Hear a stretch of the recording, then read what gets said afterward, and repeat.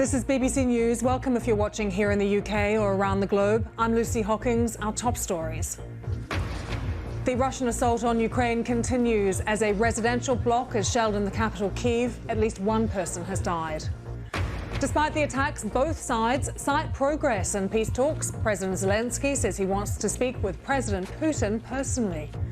A pregnant woman injured in the Russian bombing of a maternity hospital in Mariupol has died, along with her baby. 2.7 million people flee Ukraine to neighbouring countries. More than 1.7 million people have crossed Poland's border since the war began. Here in the UK, plans to house Ukrainian refugees in people's homes will be announced later today. Households will receive £350, that's around $450 a month, as a thank you. The US warns China not to assist Russia with military support so it can evade international sanctions. Beijing calls the accusation fake news.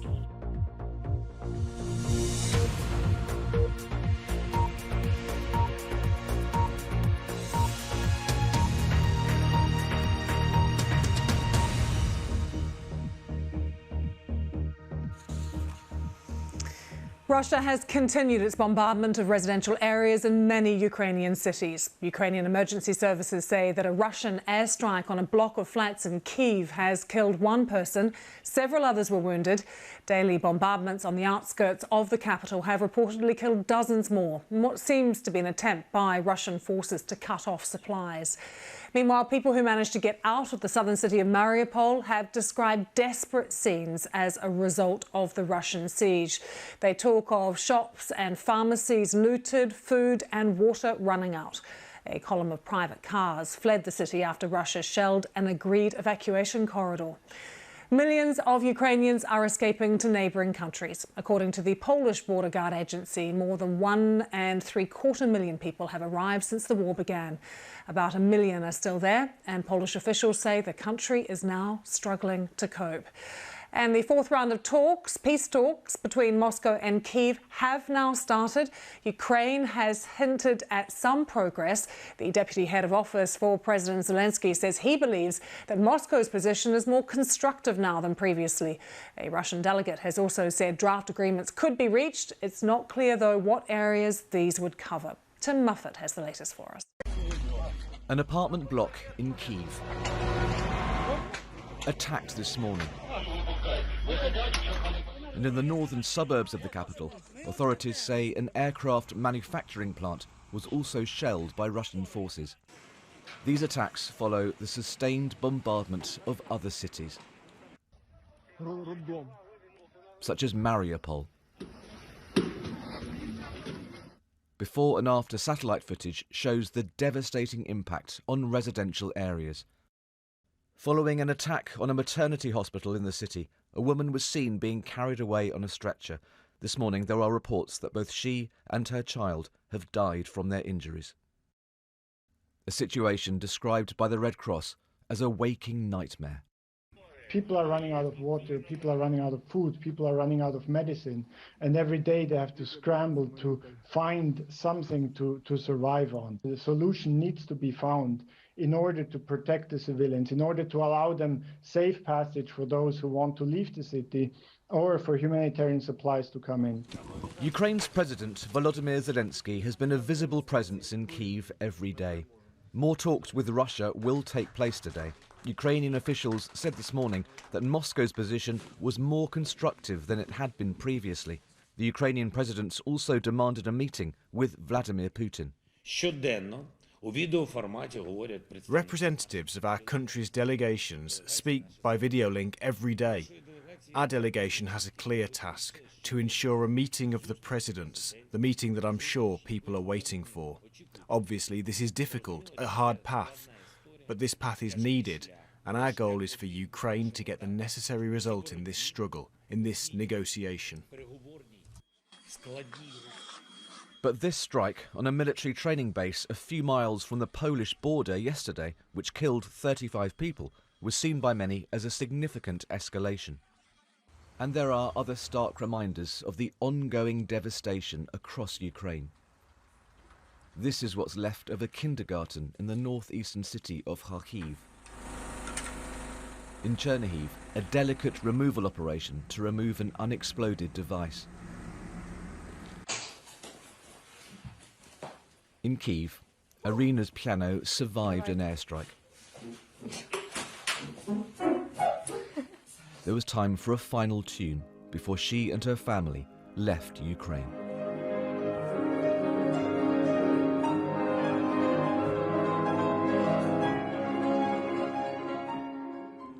Tim Muffet, BBC News. At least 2 residents of a block of flats in Kyiv were killed when the building was shelled this morning, and we are hearing that several others were also wounded. Our correspondent James Waterhouse is in the capital with the latest. Well, we've heard the loudest artillery fire, well, I've heard yet in the 19 days of this war.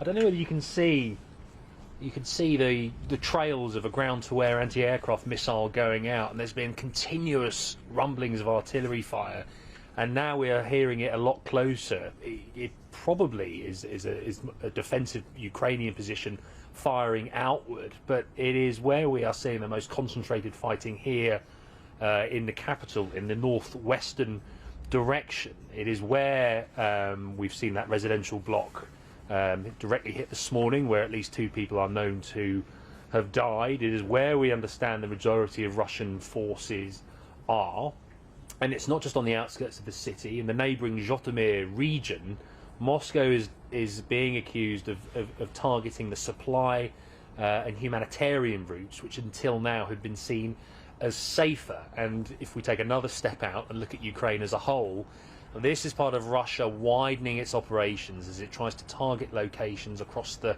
western flank of Ukraine, somewhere which until now had escaped the fighting. James Woodhouse there in Kyiv. Let's just show you pictures we are getting from right now in Strasbourg. This is the Parliamentary Assembly of the Council of Europe. And the reason we are focusing on this room is that we are expecting the Prime Minister of Ukraine, Denis Shmyhal, to address the Council very, very shortly. It had been due to be President Zelensky. That is now not happening because of, we're hearing, unforeseen circumstances. But we will be taking you live to that inside of that council chamber when the Prime Minister of Ukraine starts talking. So do stay with us for that. But let's bring you up to date with more on what is happening in the ground. We can take you to Lviv and join my colleague who is there, Yelda Hakim. Yelda, what reaction has there been to the shelling, the bombing of this Ukrainian military base near Poland?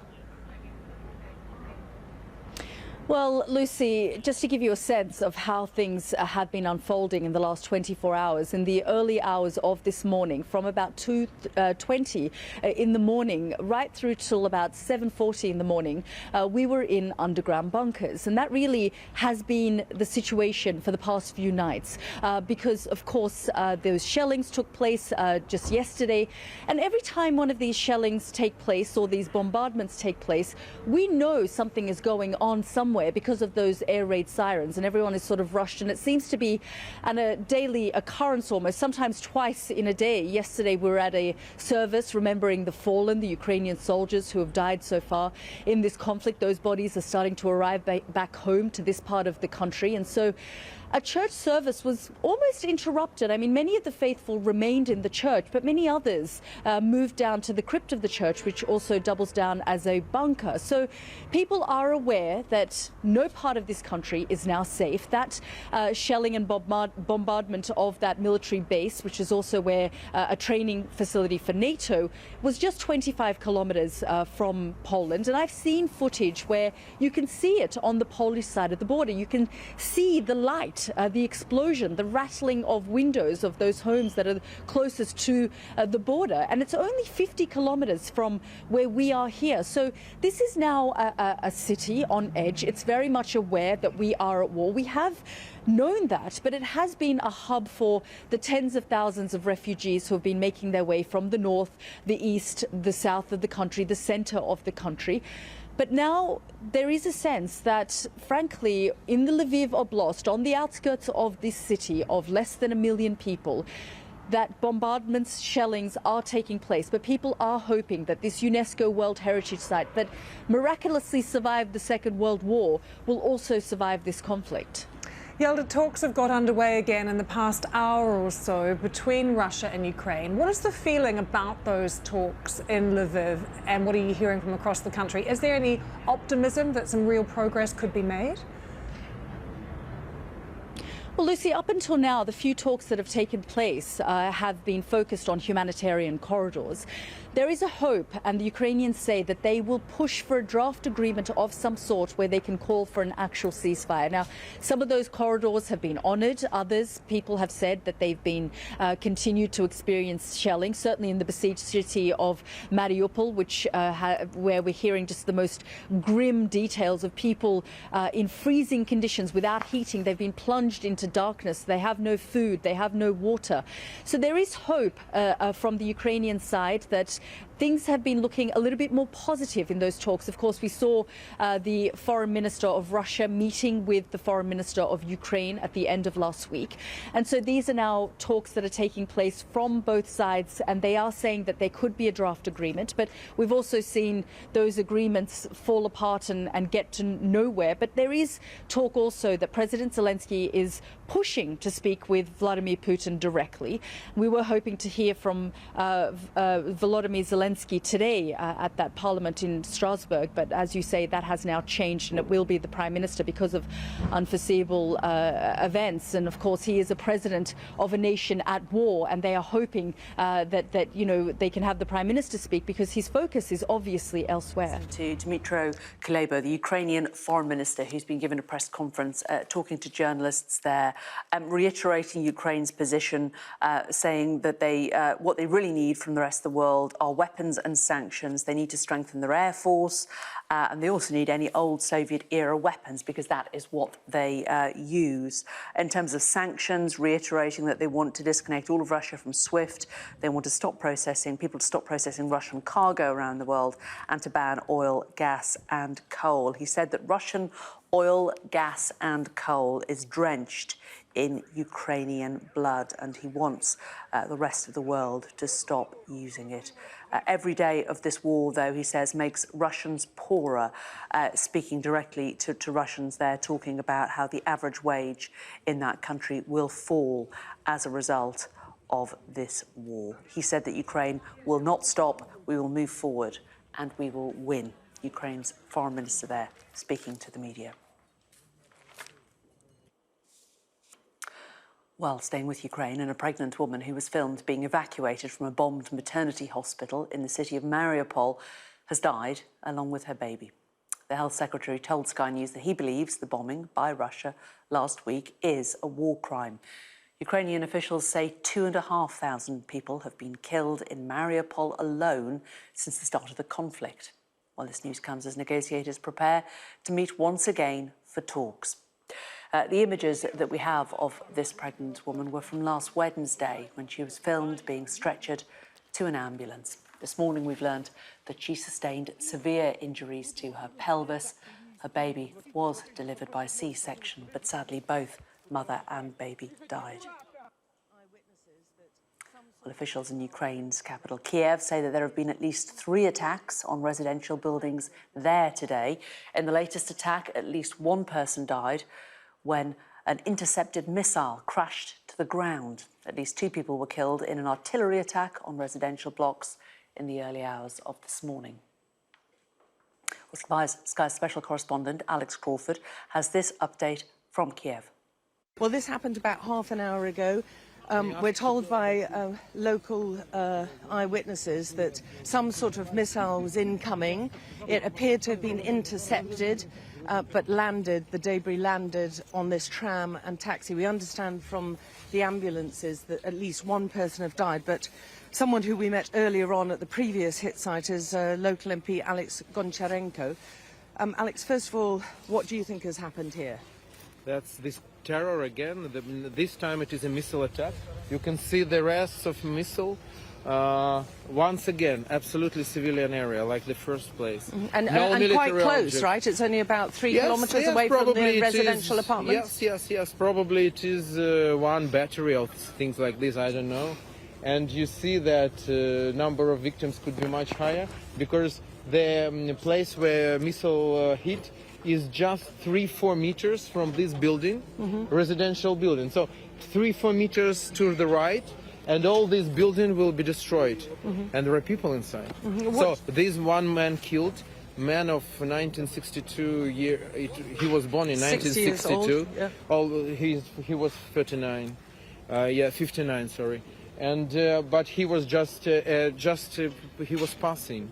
That's just accidentally. But 4 meters to right, many more people will be killed. What do you make of these tactics? And do you sense that Kiev, the capital city, is coming under more and more attack? Yes. It seems to me, I mean, all I'm hearing this morning is air raid sirens. 3 attacks today. The third was in Antonov factory. As I know, there are no killed there, fortunately. But still, we have 3 killed today, more than dozen wounded. And it's just one morning, and I think it's just start.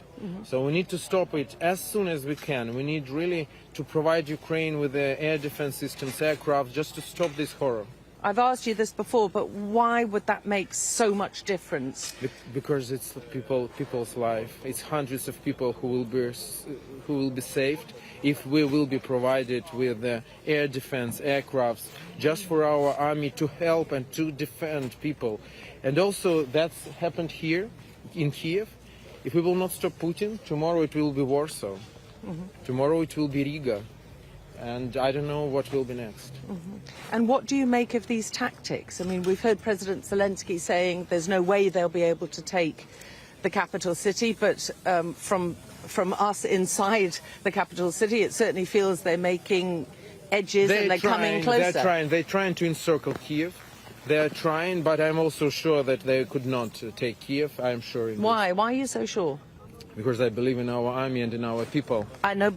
Belief is good. Belief is good, but practically they look like even if they don't take Kiev, the city, they're pummeling it already. This they can do, yes. They can destroy it, yes, but they cannot take it. I am also a member of Civic Guard. We have dozens of thousands of people just in Kiev in Civic Guard, and if they will penetrate the city, we will make hell here for them.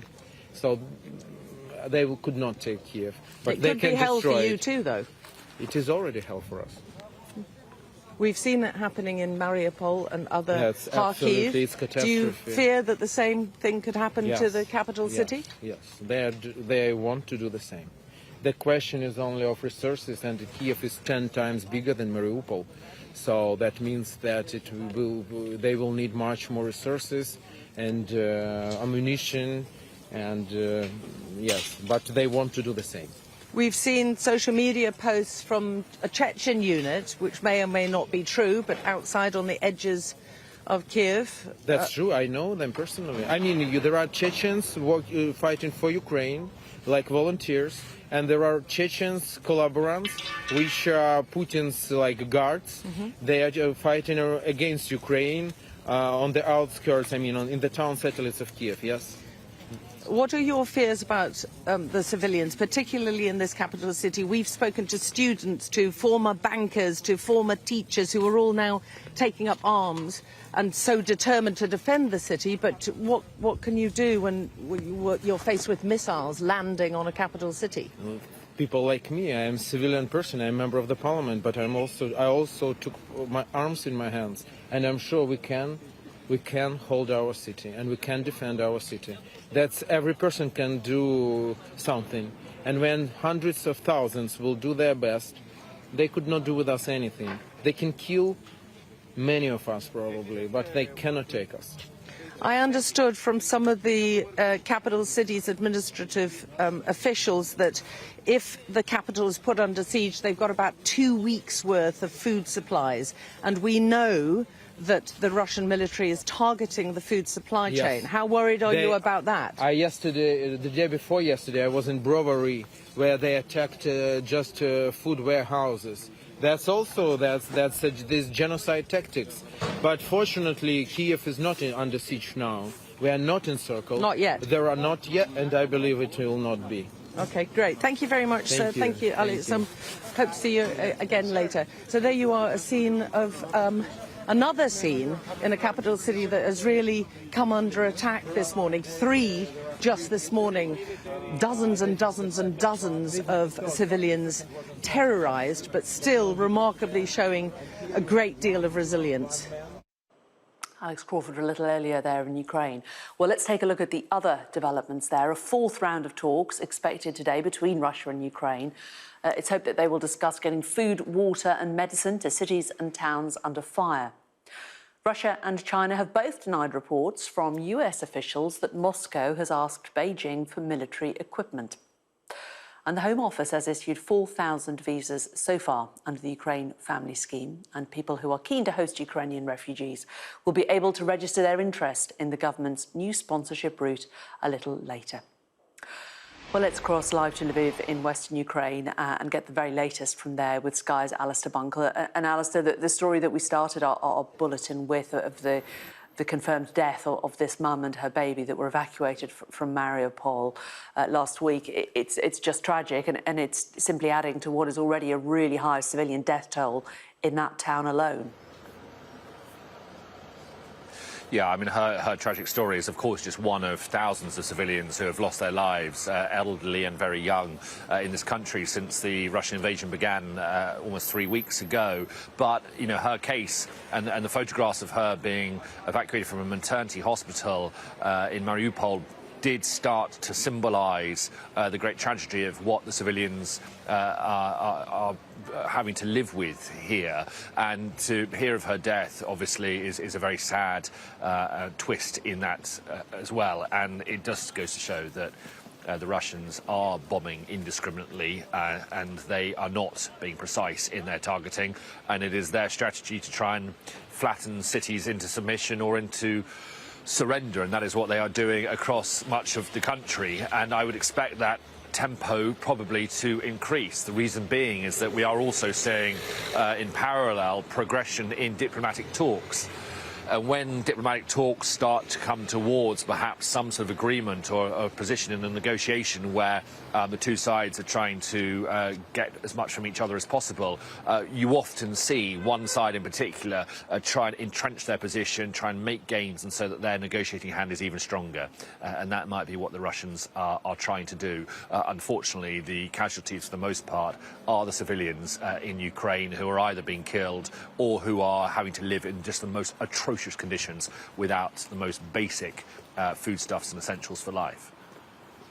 It's desperate indeed. Alistair, thank you. Thanks very much. We just had a little bit of response from the Home Office. This is about the number of visa applications. There has been quite a lot of criticism of the way that the government has reacted. We also spoke to a British man who was trying to get his Ukrainian family across the border just a short while ago on Sky. Well, the Home Office are now saying that they have expanded capacity at their visa application centre, and that has now increased to 13,000 appointments a week. They said that they have deployed additional staff across the EU and increased the number of people working on their helpline in place to ensure that those who need appointments can get them to come here. So the Home Office saying that it is expanding the number of applications that they can deal with to 13,000 appointments a week. Well, let's take a look at what's happening on the ground across Ukraine. Well, first to the capital, Kiev, where the residential area of Obolon was shelled in the early hours today. 2 civilians were reported killed and several more injured. Authorities in the city say that they're stockpiling 2 weeks' worth of food for the 2 million people who've not yet fled. The Kiev regional governor says evacuations of civilians are well underway today from several towns in the Kiev region, which are seeing heavy fighting. And the focus is also on Mariupol in the south, which has been under siege for 2 weeks now. And the Red Cross has described the suffering there as simply immense. Ukrainian authorities say that over 2,500 civilians have now been killed in shelling there. President Zelensky says a humanitarian convoy remains blocked by Russian forces. And we've seen airstrikes also hitting residential areas around the key city of Mykolaiv, while the UK Ministry of Defence says that Russia's navy has blockaded Ukraine's Black Sea coast, effectively cutting the country off from international maritime trade.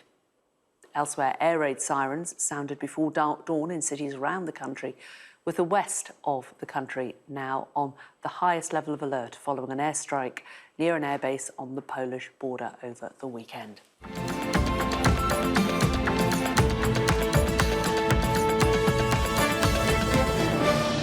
Good morning, everyone, from Studio 57 here in New York. I'm Jerika Duncan. I'm Vladimir Dutit. Here's a look at the stories grabbing our attention right now. A Russian airstrike hits a residential building in Kyiv. We'll tell you what we know and break down a dangerous escalation in the conflict over the weekend, only 15 miles from the border with Poland. Scary stuff. Russia is now seeking military help from China. Ahead, how the White House is responding and who National Security Advisor Jake Sullivan is meeting with today. And a missile lands close to a U.S. consulate in Iraq. We'll tell you who's claiming responsibility for the attack. Plus, March Madness has arrived and the official brackets have been revealed. Okay. CBS's sports host Adam Zucker joins us with a look at the tournament. And Jeff Pegues rides along with health workers trying a new approach to the mental health crisis. So we have calls for people that are in mental health crisis every day.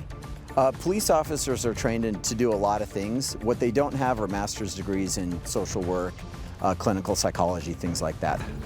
How it could change the way police respond to such emergencies. Looking forward to that. But I'm also looking forward to spending the next couple of hours with you, Jerika Duncan. No, we haven't done this for like several years. At least several. I want to say that we anchored a lot in the earlier days of CBSN, like 2016, 2015. Maybe 2015, yeah. But it's been a minute, so I'm excited to have you here with us. Thanks for having me. Yeah, it's going to be great. It's going to be great. Let's begin with, we got a jam-packed show. Yeah. Of course, we're going to begin with what's happening in Ukraine. Russian officials are meeting with their Ukrainian counterparts today. But despite the talks, Moscow's assault on the country remains relentless. Over the weekend, Russian missiles hit a Ukrainian military base near the border with Poland, killing at least 35 people. The base is less than 15 miles from NATO territory. Meanwhile, a Russian airstrike also struck a residential building in the capital. At least one person was killed there. Charlie D'Agata has more. The massive airstrike on Ukraine's military base right on Poland's doorstep has drawn the U.S. and NATO allies closer to this conflict. A base used by American and NATO forces to train Ukrainian troops. The message from Moscow could not be clearer. The smile of Ukrainian President Volodymyr Zelensky, trying to boost the spirits of the wounded, disappeared in a stark warning overnight. I repeat again, if you do not close our skies, it is only a matter of time before Russian missiles fall on your territory, he said, on the territory of NATO and on the homes of citizens of NATO countries. The Red Cross says time is running out for hundreds of thousands of residents in the besieged city of Mariupol, where government officials say at least 2,500 people have died, including, we have learned this morning, this mother and her unborn baby wounded in last week's air raid strike on the maternity hospital. A woman in a Kyiv suburb plays one last song before she leaves her bomb-damaged home. In Irpin, just northwest of the capital, soldiers carry away the wounded and the dead. Where residential neighborhoods have come under heavy bombardment for days, a child skips along despite the danger all around. Those who do manage to escape amid the shelling and sniper fire flee here to a neighboring village. You can see what it's come down to for the people who don't have vehicles, who have fled from these villages just in the back of these cargo trucks. They're being handed warm drinks and some water and something to eat. At least they're safe for now. Neighbors who have stayed behind to help, knowing full well they're right on the path of Russia's merciless advance toward the capital. I'm begging to be heard, Aliana told us. Close our skies so our kids can sleep calmly, so the whole country can live. Aliona is an English teacher with two small children. They must be so scared. What do you tell them? Yeah, actually, we try to explain them that we have the greatest army, you know, and they will protect us and will defend us, and they believe us. Well, are you going to stay here no matter what? Yes. Yes? Yes, and me and my family and my children. The UN has estimated 2.7 million people have fled the country. That doesn't include the hundreds of thousands of displaced residents like those who narrowly escaped the fighting in search of safer parts inside the country. Jerika and Vlad? Charlie, thank you. For more now on what's happening on the ground, let's bring in Dr. Serhiy Frolov. He's an intern at the Kyiv Regional Perinatal Center. Thank you so much for joining us. As you just heard in Charlie's report, there was a woman and her unborn child that was killed in Mariupol. When you hear those types of reports, are you concerned for not only the safety of your patients, but for yourself? That is really so, because that is pretty much the most terrible thing that can happen, that not only the mother of the unborn child can die, but also the child. I mean, it was not even born. Sorry. And for me, that is something terrible because, okay, I mean, that is, of course, terrible when the mothers have to give birth to the child when in the shelters, when we have to perform cesarean sections, when in the operation room and there is heavy risk of the strike. But to get the bomb of those hospitals, those that cannot deliver their patients to some other hospital, and so they can get a care there, but to kill not even the patients, but also the unborn babies, that is something that that is really critical. And that is something, it's pretty much the worst thing that can happen in obstetrics. And it's happening right now. That is terrible. You know, Doctor, I, just like the rest of the world, wanted to know that that mom and her unborn child would be okay. I was shocked and saddened when I heard in Charlie's report that they did not make it. And yet, throughout all the death, the destruction, the difficulties that you and other doctors are facing right now, you have managed to still deliver, bring young babies into the world. It's a terrible world that they are being born into, and yet there they are alive. What is the mood then of mothers who have been able to successfully bring their children into the world? They are trying to give up because it's not some process that we can control. It's happening and it's due, so we just should help them to deliver. They're doing their best. And they are keeping the mood of each other's. So because like here in the picture, you can see that they are mostly alone. Their husbands are helping them. The same with the nurses and doctors, even though the doctors have to stay in the hospitals for more than one shift, either because it is not safe for them to get to their homes, or it is impossible for the other doctors to take and replace them on the shifts. Everybody's doing great jobs, and I do really hope that this will finish really soon, so we don't have any more casualties like this. Dr. Frolov, what kind of aid are you all receiving at this point, and what's the need right now? The need is that for now, not every mother, not every pregnant woman can get to the hospital, so we have to coordinate the local doctors and also sometimes the police officers who are on the underground, and they may be at the place when the delivery will happen. There are a great need also for the different kind of medicines and bandage materials for those that when we actually have to perform the cesarean section, for those who cannot deliver on their own, we really need those. And also for the mothers who need other kind of medicine to control their blood pressure, or those who need insulin, or a lot of different medicine, and not everything can be stored here in Kyiv for a long time. We have some kind of storage. It's for those women who are staying at our prenatal center, but still it is only for a few days, maybe a week or a week and a half.